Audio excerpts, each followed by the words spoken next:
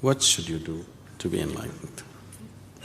Now once again, enlightenment is not an achievement. Enlightenment is not going to the peak. Enlightenment is a homecoming. You come back to your original nature. Right now, you have identified yourself with many things that you are not, isn't it? Now, we were looking at this yesterday. What you call as my body is an accumulation that you slowly gathered, isn't it? When you were born, you were only so much, now you are so much. Why? You gathered your body slowly, accumulation. What you call as your mind is accumulation. Everything that you know around you is accumulation, isn't it? That means you are deeply, deeply identified with things that you are not. A piece of earth you picked up and made body out of it. But that piece of earth, you are so deeply identified, you believe it is you. Till you fall dead, you go on believing this, isn't it? Isn't it so? So right now, you have gotten distorted vision. If you stop your distortions and come back to your original nature, that's enlightenment. What do I have to do? There is really nothing to do. If you don't do anything, it will happen. But right now you have gotten into your mental state that there is no way you can do nothing. All the time you are out doing something.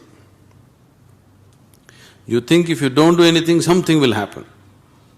Yes, it will happen, something fantastic will happen, but you have not allowed yourself in that state for a moment. So, to bring you to that state where you can do nothing, we will have to make you do many things. Otherwise, you won't sit in one place, isn't it? If you simply sit here and don't do anything, either with your body or with your mind or with your emotions, the reality of the existence will burst forth within you, nobody to stop it. It is just that you are constantly on. You have become such a slave of your mind. Endlessly it's going on. You can't stop it, you can't hold it, you can't do anything about it.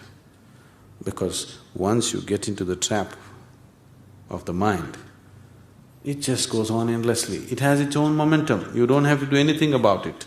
One day if you rev it up and leave it, it can go on for many years, picking up more and more momentum. It doesn't need your assistance anymore, isn't it so? Do you see this happening?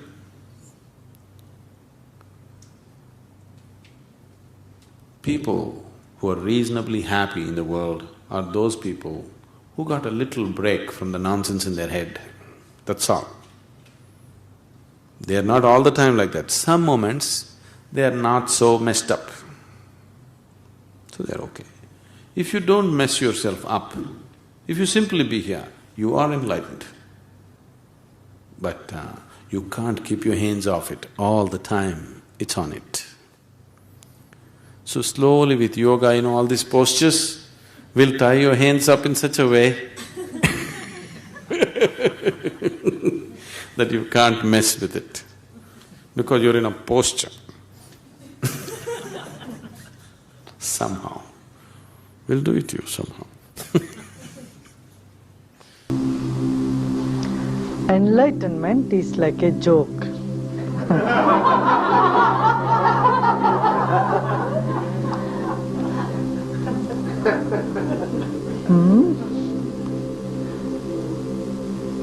It's like the fish searching for the ocean.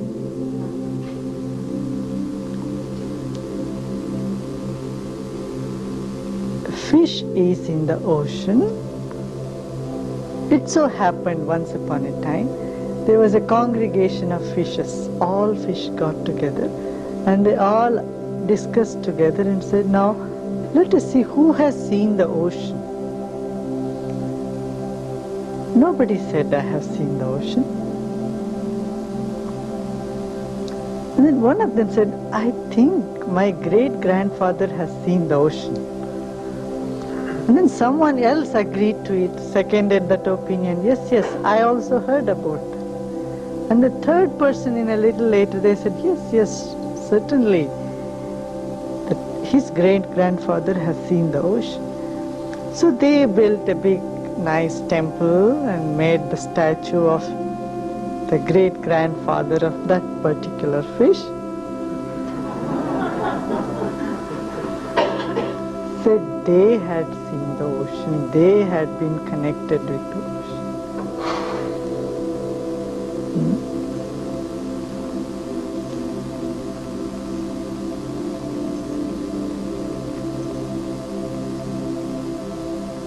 Enlightenment is the very core of our being, our life. We go into the very core of the self and live from that area in life.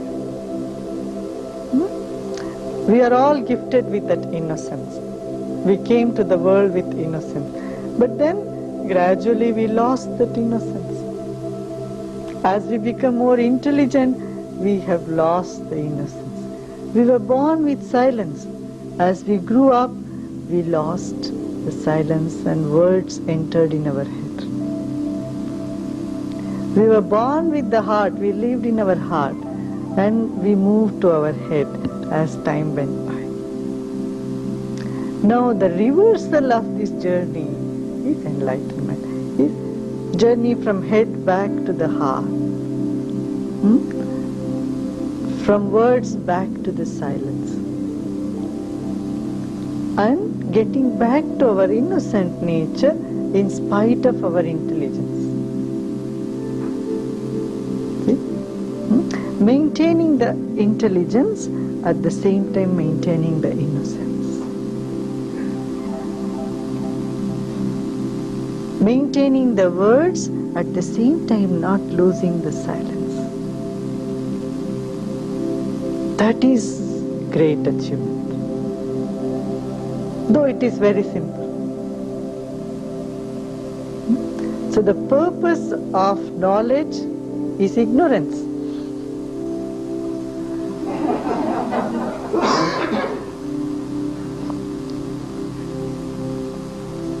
Knowledge should lead you to a point where you feel, I don't know. If knowledge leads you to a point, oh, I know all about, then it has not completed its journey.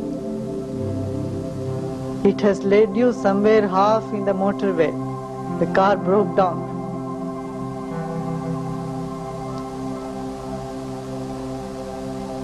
Completion of knowledge, any knowledge, it could be any knowledge, it will lead you to an amazement, wonder.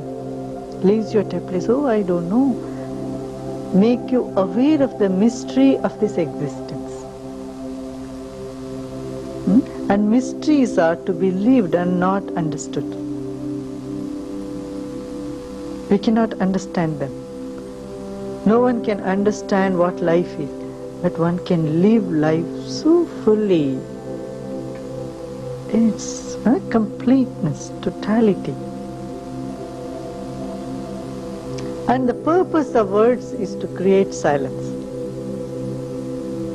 See, do our words create silence in the mind of other person?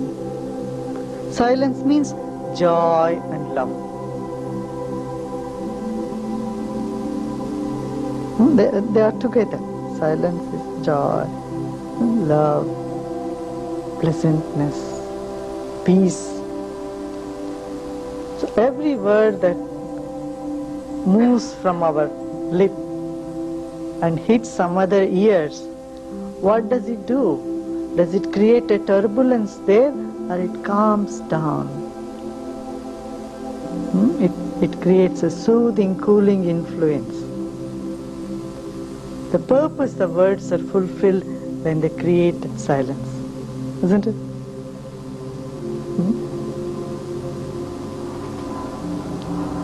So enlightenment is that state when the natural state of ours becomes so concrete, so mature and unshakable at any circumstances. Come what may, but nothing could rob the smile from your face, from your heart.